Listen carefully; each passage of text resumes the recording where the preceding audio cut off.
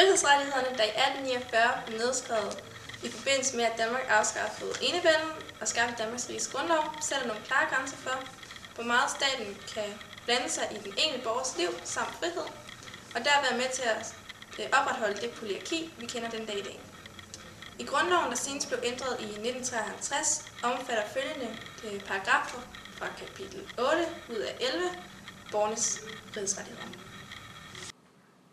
Paragraf 67. Paragraf 67 bevirker, at vi har religionsfrihed. Vi har altså med andre ord ret til at tro på det, vi ønsker, og leve efter dette, så længe det ikke går imod den offentlige orden. Paragraf 71. Paragraf 71 betyder, at borgere f.eks. ikke kan anholdes og sættes i fængsel på grund af deres tro, holdninger eller afstamning.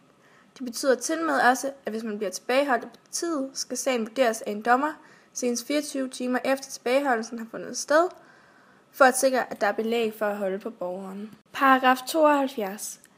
Paragraf 72 betyder, at politiet skal have en retskendelse udstedt af en dommer, før de har mulighed for at rense en bolig eller tjekke beskeder. Har politiet sådan en, har borgeren pligt til at acceptere dette. Der kan dog opstå særligt akutte tilfælde, hvor man vurderer, at tiden ikke er til at vente på en retskendelse. I sådanne tilfælde kan sagen efterfølgende vurderes af en retskyndig. Paragraf 74. Paragraf 74 betyder med andre ord, at man ikke må fravælge medarbejdere eller ansøgere til erhverv, fordi de tilhører en særlig gruppe af befolkningen, f.eks. at de er et bestemt køn, homoseksuel eller har anden etnisk baggrund end dansk. Denne fravælgelse må kunne ske, hvis man vurderer, at det er risiko for samfundet ikke at udelukke en sådan gruppe. Paragraf 77. Paragraf 77 kaldes i daglig omtale ytringsfriheden, altså friheden til at ytre sig skriftligt, såvel som i tale. Loven siger tilmed, at der aldrig nogensinde må blive indført censur eller regler for, hvad man må udtale sig om. Denne rettighed er typisk ikke til stede ved et autoritært styre. Paragraf 78. Paragraf 78 betyder, at de danske borgere til hver en tid kan danne foreninger og klubber, så længe at hensigten med oprettelsen af denne ikke er at gøre noget, der er i strid med loven, såsom vold. Paragraf 79. Paragraf 79 betyder, at borgerne i det danske samfund har ret til at demonstrere, så længe demonstrationerne er ubevæbnede. Er den offentlige fred til fare, eller udvikler demonstrationen sig voldeligt, har politiet ret til at skride til handling og stoppe denne.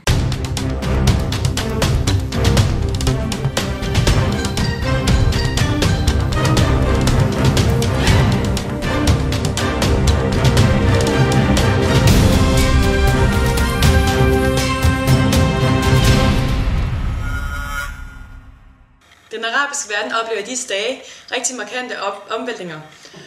Opvæltningerne begyndte med Jasminrevolutionen i Tunesien. De her demonstrationer de har så spredt sig til Libyen, hvor vi har vores reporter Camilla Toft. Og Camilla, kan du fortælle os, hvad der foregår dernede?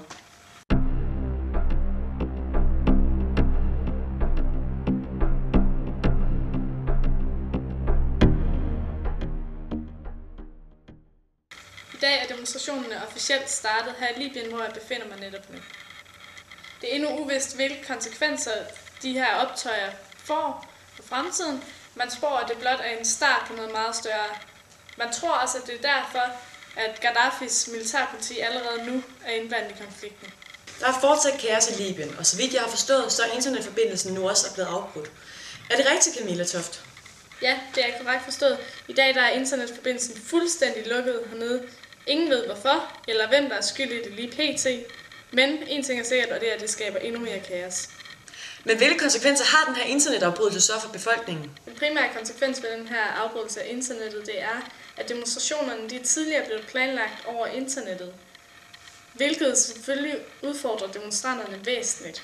Derudover så er det et problem for ytringsfriheden, ikke blot for borgerne, men også for medierne. De har simpelthen ikke mulighed for at sprede deres budskab. Situationen er yderligere forværret i Libyen, og vi har vores reporter Camilla Toft med dernede fra. Og Camilla, hvilke konsekvenser har det her? Den foreløbige konsekvens er, at mellem 200 og 300 mennesker er omkommet her i Libyen.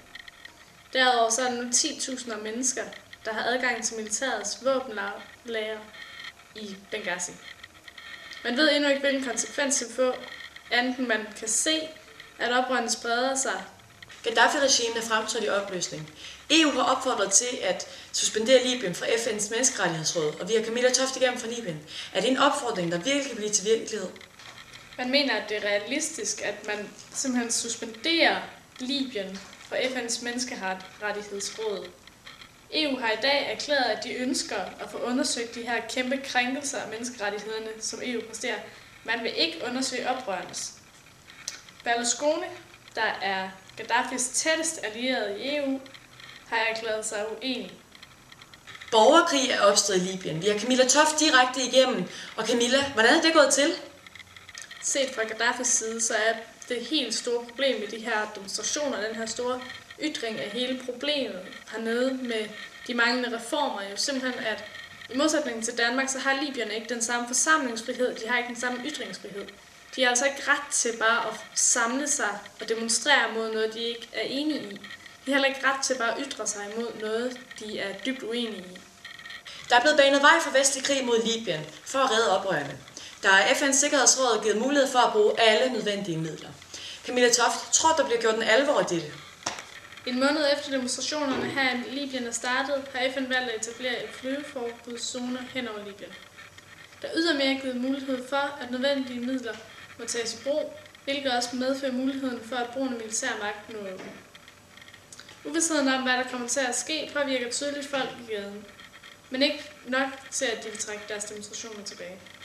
Gaddafi er nu blevet erklæret død. Han havde overgivet sig til TNC-soldater, men da Gaddafi-tro soldater kom og beskød dem, opstod en større skyderi-episode, og Gaddafi blev i den forbindelse ramt af en kugle i hovedet. Camilla, kan du fortælle os mere om situationen? Jeg står nu uden for bygningen i Libyens hovedstad Tripoli, hvor en fungerende premierminister, Mahmoud Jibril, netop har meddelt, at Oberst Gaddafi er erklæret død af et skud i hovedet. Gaddafi blev hentet ud af et kloakrør, hvor han efter sigende ikke blev modstand.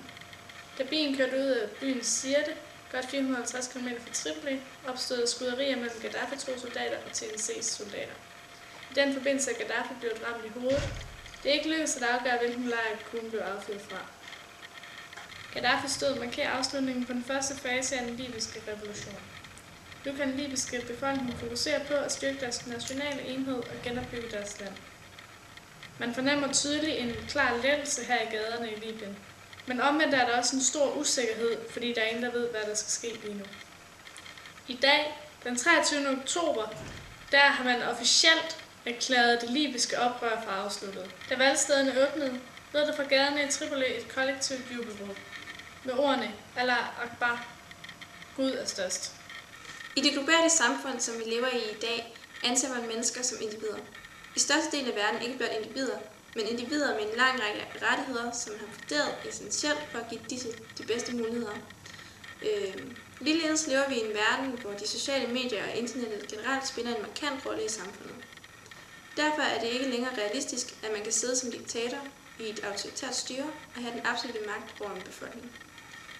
Jo mindre verden bliver blandt andet grundet betydning af internettets og mediernes magt og vidensdeling på denne platform, desto sværere bliver det for ledere at lægge afstand til borgernes holdninger. Det er blevet lettere at ytre sig, og dermed også pludselig at blive hørt i den offentlige debat. Et karakteristisk træk ved alle det forrige århundredes bølger af demokratisering har været, at de er blevet ledsaget af en understrøm af udbredt problematisering af den demokratiske levedygtighed og ønskelighed. For at Libyen opnår den demokratiske poliarki, vi kender i Danmark, er det nødvendigt, at de opfylder Robert Dahls 5 kriterier om hans opfattelse for det ideelle demokrati. Det gamle ordsprog om, at en fjer let kan blive til 10 høns, kommer altså tydeligt til udtryk og sætter ikke blot Danmarks samfundsorden, men hele verdens.